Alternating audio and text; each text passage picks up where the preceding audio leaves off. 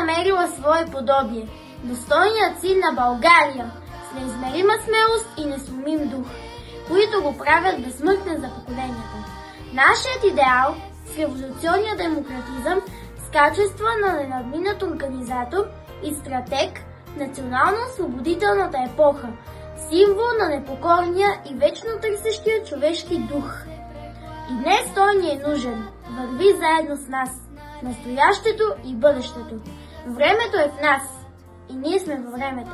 На 19 февруари ние прекланяме глави пред апостола, пред подвига и саможертвата на един от най-преданите и честни синове на България. Голяма е любовта на народа. Всички го гледат с благи очи и полагат грижи и усилия да не попадне във вражди ръце. Но намира се предател, който в края на декември 1872 година го предава. След кратка неравна борба, 1 срещу 16, Левски бива заловен. Обеснето на Васил Левски. О, майко моя, родино мила, защо тъй жално, тъй милно плачеш?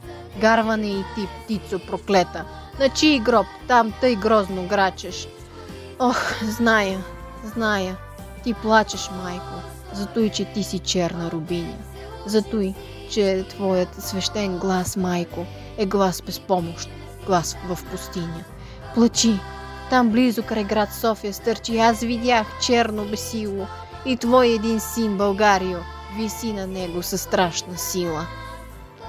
Гарва над грачи грозно зловещо, псета и вълци вият в полята, старци се молят Богу горещо, жените плачат, пищят децата.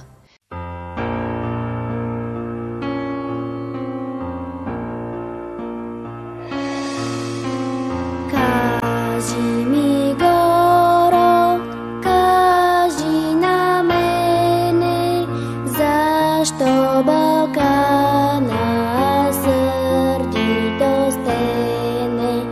Тамбуря вие и кърши клони, защо жалее и сълзи рони. Тамбуря вие и кърши клони, защо жалее и сълзи рони.